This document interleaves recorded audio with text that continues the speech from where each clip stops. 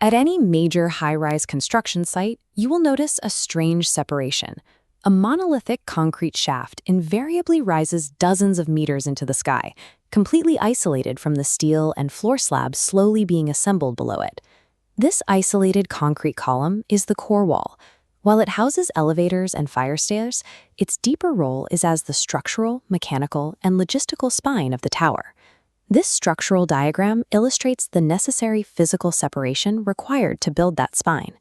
The core wall intentionally advances 4 to 6 floors ahead of the surrounding slab construction, operating as its own independent worksite. Achieving this autonomous ascent forces site engineers to choose between two radically different construction philosophies: jumpform or slipform. The method they select dictates the heartbeat of a multi-year project. Because the core leads the rest of the structure, any mechanical failure or logistical delay in its vertical ascent immediately stalls the entire skyscraper's timeline. To understand why the core must be built as a continuous monolith, we have to look at the primary environmental threats facing any tall structure: lateral forces generated by high-altitude winds and seismic activity. When gale force winds push against a 60-story building, they generate an enormous overturning moment, attempting to bend and rack the structure. The countermeasure is the core wall, a massive vertical cantilever. It absorbs these lateral forces, transferring them straight down into the bedrock. Surviving that kind of leverage requires sheer mass. At the lower elevations of a skyscraper, the concrete sections of a core wall routinely measure 400 to 600 millimeters thick. The material tolerances are equally extreme. Engineers specify 50 to 65 megapascal concrete for these lower levels. MPa, or megapascals, is the standard metric unit for compressive strength. This concrete is designed to resist crushing under immense accumulated loads. Crucially, a vertical cantilever under this much stress cannot function if it is poured piecewise alongside the floor slabs. It must act as a continuous, unbroken monolith from the foundation to the roof. Because the finished tower relies entirely on this cantilever to survive wind loads, engineering the core's autonomous construction is the single most critical phase of the build. In Australian high-rise construction, the dominant method for building this monolith is called jumpform. It is a highly disciplined system characterized by discrete, tightly controlled vertical lifts. The physical equipment consists of massive inner and outer steel formwork panels. These are clamped tightly around dense reinforcing cages to hold the shape of the freshly poured concrete wall. The system is entirely self-climbing. Instead of relying on the site's tower crane, heavy hydraulic rams press against anchor points in the previous pour, allowing the entire rig to hoist its own weight to the next level. Suspended beneath this main deck is a series of trailing platforms known as the birdcage.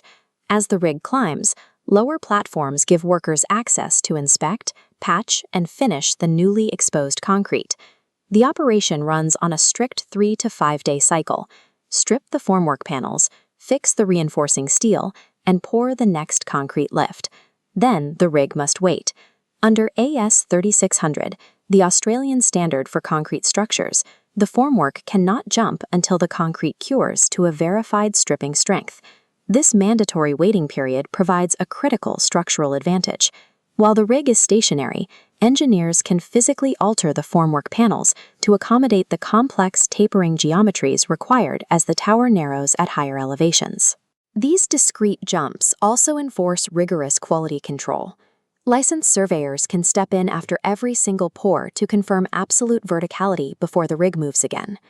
Operating in segmented steps, the jumpform method sacrifices continuous vertical speed to guarantee geometric control and structural precision. Slipform construction represents a radical alternative philosophy. It is an uncompromising, continuous extrusion process that prioritizes raw vertical velocity. The advance rates here are extreme. The rig creeps upward at 100 to 300 millimeters per hour. Fluid concrete enters the top of a deep steel panel, curing just enough to hold its shape as the bottom edge slides past it. But this speed introduces a terrifying operational constraint. Once a slipform pour begins, the hydraulic lift absolutely cannot stop. If the rig stalls, a mechanical lockup occurs. The concrete cures and chemically bonds directly to the steel formwork. When the hydraulics finally resume movement, the locked panels tear the partially cured wall apart. Fixing this requires massive, high-altitude demolition and reconstruction of the compromised concrete section. Avoiding that catastrophic failure demands flawless logistics. Slipforming is a mandatory 24/7 operation, requiring perfectly synchronized crew rotations and continuous concrete deliveries that are entirely immune to city traffic delays.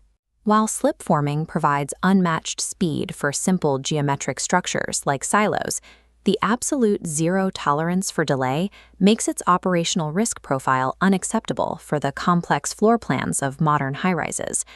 Whether using jumpform or slipform, engineers face a universal hazard hidden inside the concrete itself: the blind coordination of all structural embedments.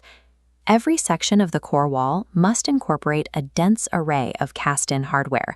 This includes plates for floor beams, heavy anchor bolts for facade brackets, and blockout sleeves for mechanical plumbing.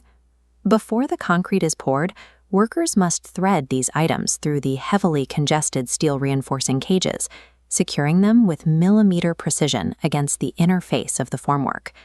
Because the core advances so far ahead of the rest of the building, the margin for error is non-existent. A misplaced embedment will remain completely hidden until the horizontal floor slabs finally catch up to that elevation weeks later. Discovering a misalignment at that stage causes severe program delays. By the time the mistake is found, the formwork rig is already climbed 20 levels higher, forcing crews to execute expensive remedial drilling straight into fully cured, high-strength concrete. Every lift of the core sets the permanent physical conditions for every future floor plate in the tower. Eventually, the horizontal construction sequence accelerates. The surrounding floor slabs rise to meet the completed lower elevations of the core wall. This structural schematic highlights the critical junction where the two systems meet. Engineers use massive elements called post-tensioned outrigger trusses to physically lock the outer perimeter columns directly to the central concrete spine. As we see in this structural section, the diagonal truss lines connect the core to the exterior columns. Mechanically, these outriggers reduce the bending forces concentrated inside the core wall by transferring a push-pull tension out to the perimeter of the building. This final connection enables the building's entire structural footprint to assist the core in resisting wind loads. Making this connection requires precise timing. The heavy core and lighter perimeter columns settle and compress at different rates. Engineers must wait for this differential shortening to stabilize before permanently locking the outriggers into place. Despite its massive independent size, the core wall cannot achieve its maximum structural efficiency until the rest of the building catches up and these load-sharing outriggers are finalized. In the final stages of the skyscraper's evolution, the exterior architectural finishes arrive, progressively swallowing up the raw concrete structural frame inside. The core wall disappears entirely from public view, masking the chaotic engineering effort that was required to extrude it. Yet the invisible scale of the monolith remains inside, a continuous 60-story spine, carrying both the mechanical heartbeat and the immense gravitational weight of the tower. A perfectly vertical, structurally sound core is only achieved because of the uncompromising discipline enforced by site engineers during the repetitive formwork cycles years prior. The exterior glass and steel may define the skyline, but it is the autonomous vertical cantilever hitting deep inside that actually holds the skyscraper against the wind.